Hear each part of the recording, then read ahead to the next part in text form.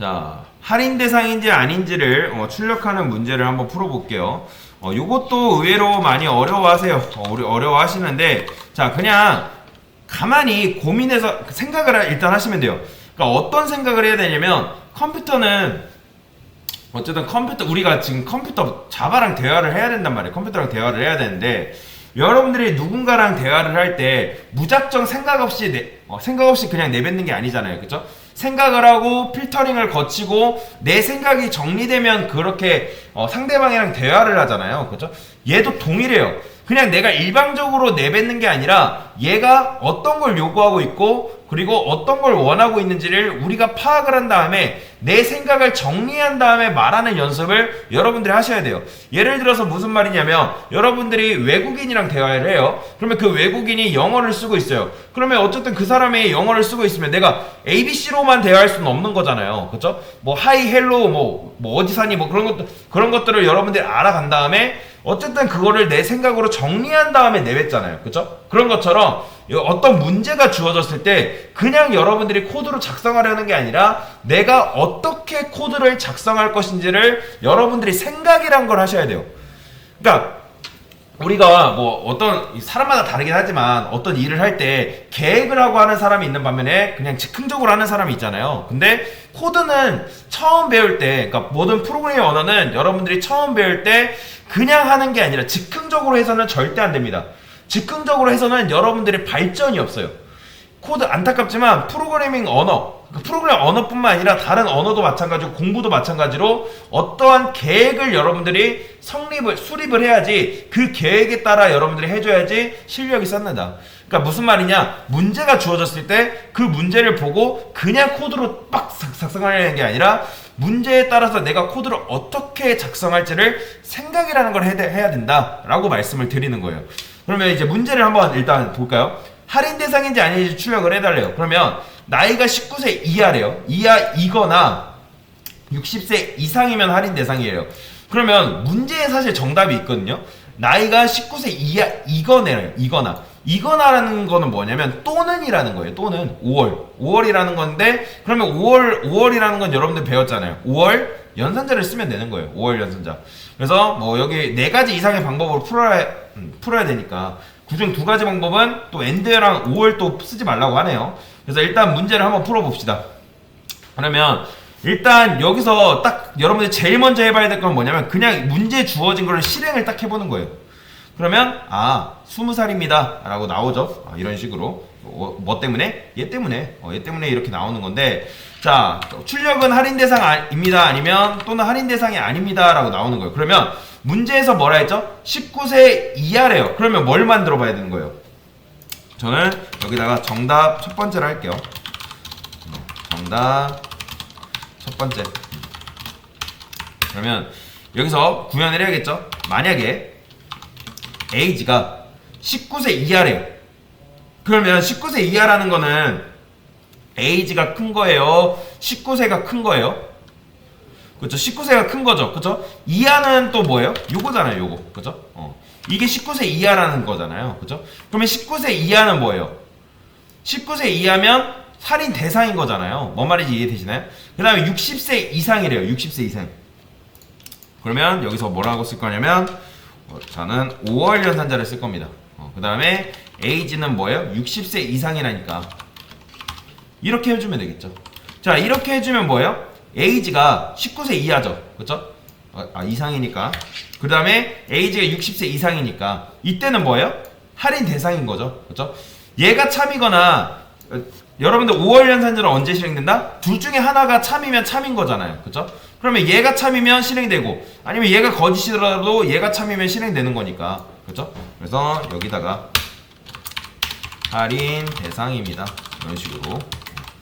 그 다음에 또 어떻게 할 수 있는 거예요? 뭐 else if 써줄 수 있겠죠? else if. 자, 그 다음에 할인 대상이 아닌 거는 뭐겠어요? 당연히 에이지가 뭐보다 크면 20보다 크거나. 그쵸? 그리고 이때는 엔드 연산자 써줘야겠죠. 그 다음에 에이지가 60 미만일 때. 그쵸? 이런 식으로. 이런 경우에는 할인 대상이 아니라는 거죠. 그죠? 할인 대상이 아닙니다. 이런 식으로 첫 번째 정답을 해가지고 써줄 수가 있는 거죠. 자, 그러면 이제 출력을 해봐야겠죠. 뭐든지 뭔가 만들고 나서 출력을 해봐야 돼요. 자, 지금 20. 요거를 조건식으로 19 이하. 그러면 이렇게 20 이상, 20세 이상. 자, 그러면 자, 할인 대상 아닙니다. 이렇게 나오는 거죠. 이런 식으로 나오는 거고. 그러면 요거를 이제 값을 바꿔보는 거예요. 한 50 해볼게요. 50 해보면 할인 대상이 아닙니다 라고 나오고, 60 하게 되면 할인 대상입니다 라고 이런 식으로 나오겠죠. 자, 그런데 요거를 이제 정답 두 번째, 요걸 이용해 가지고 또 어떻게 할 수 있는 거예요? 요거는 else if를 쓴 거잖아요. 굳이 이렇게 할 필요 없이 또 어떻게 할 수 있는 거예요? 할인 대상이면 얘가 아닌 거잖아요. 그죠? 그러면 요거를 굳이 체크할 필요가 있다 없다? 없는 거죠. 이렇게 써줄 수 있겠죠. 그러면 동일하게 이런 식으로 여러분들이 작성을 할 수가 있는 거죠. 자, 그러면 이제 하나 더 해볼까요? 네 가지 방법을 풀라고 말을 하고 있으니까. 자, 이번에는 5월 엔드 연산자를 쓸 수 없대요. 그러면 여기다가 이렇게 쓰면 됩니다. 일단 조건식은 여러분들이 쓰면 되는 거예요. 만약에 에이지가 19 이하일 때, 얘 때는 이제 할인 대상인 거잖아요. 그죠? 할인 대상이니까 복사해서 이렇게 써주면 되고, 그리고 또 어떻게? 하나 더 해주면 되는 거예요. 에이지가 그 다음에 60세 이상 조건을 걸면 되겠죠. 이때는 뭐예요? 얘도 할인 대상이니까 이런 식으로. 그 다음에 그거 아니니까 뭐 하면 되나요? 만약에 에이지가 20 이렇게 20 이상이거나 20 이상이거나, 그 다음에 조건문 안에는 조건문을 하나 더 써줄 수가 있습니다. 여기다가 만약에 에이지가 60 미만 이렇게, 얘는 뭐예요? 할인 대상이 아닌 거죠. 그렇죠? 자, 이렇게 하게 되면 요건 당연히 참이면 실행되고 얘도 참이면 실행되는 건데, 얘는 뭐예요? 요게 참이어야지 요게 안쪽이 실행되는 거예요. 그러면 이중 체크라 보시면 돼요. 자, 여기서 참이면 얘를 체크했는데, 만약에 얘가 참이 아니면 당연히 얘는 체크도 안 하겠죠. 근데 얘가 참이에요? 그러면 요 안쪽이 이제 참과 거짓을 판단한 다음에, 만약에 거짓이면 실행을 안 하겠죠. 그렇죠? 그래서 실행해 볼게요. 그러면 할인 대상입니다 라고 이렇게 정답 세 번째도 나오는 거죠. 값도 한번 바꿔볼게요. 다시 한 20 할인 대상 아닙니다 나오고요. 이렇게 나오는 거죠. 그런데 자, 얘를 이제 또 어떻게 바꿀 수 있는 거예요? 굳이 이런 식으로 하지 않고 if문을 세 덩어리로 나누지 않고 else if로 할 수 있는 거죠. else if. 정답 네 번째. 그러면 이제 요거를 굳이 얘 할인 대상이면 얘가 아닌 거잖아요. 그쵸? 그러면 어떻게 할 수 있는 거예요? 얘를 else로 빼면 되겠죠. 이런 식으로. 자, 이렇게 우리가 엔드 연산자랑 5월 연산자 쓰지 않고도 이런 식으로도 문제를 풀 수 있다는 거예요. 그래서 여러분들이 이거를 계속 논리적으로 조금 더 어떻게 하면 코드를 여러 가지 방법으로 짤 수 있을지를 고민을 하셔야 된다. 왜냐면 대화라는 것도 이렇게 대화할 수 있고 저렇게 대화할 수 있고, 그러니까 이렇게 다양하잖아요. 그죠? 프로그래밍도 동일합니다.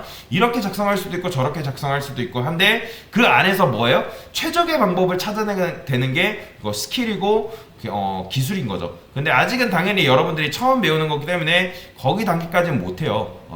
그렇게 하기도 쉽지 않고. 그래서 여러분들이 구현을 일단 여러분들이 목표로 한다. 내가 문제를 맞추는 거를 일단 목표로 하고, 그 다음에 원리를 이해하고, 그 다음에 코드를 깔끔하게 짜는 그런 연습을 하셔야 된다. 그래서 이런 식으로 네 가지 방법으로 문제를 같이 풀어봤습니다.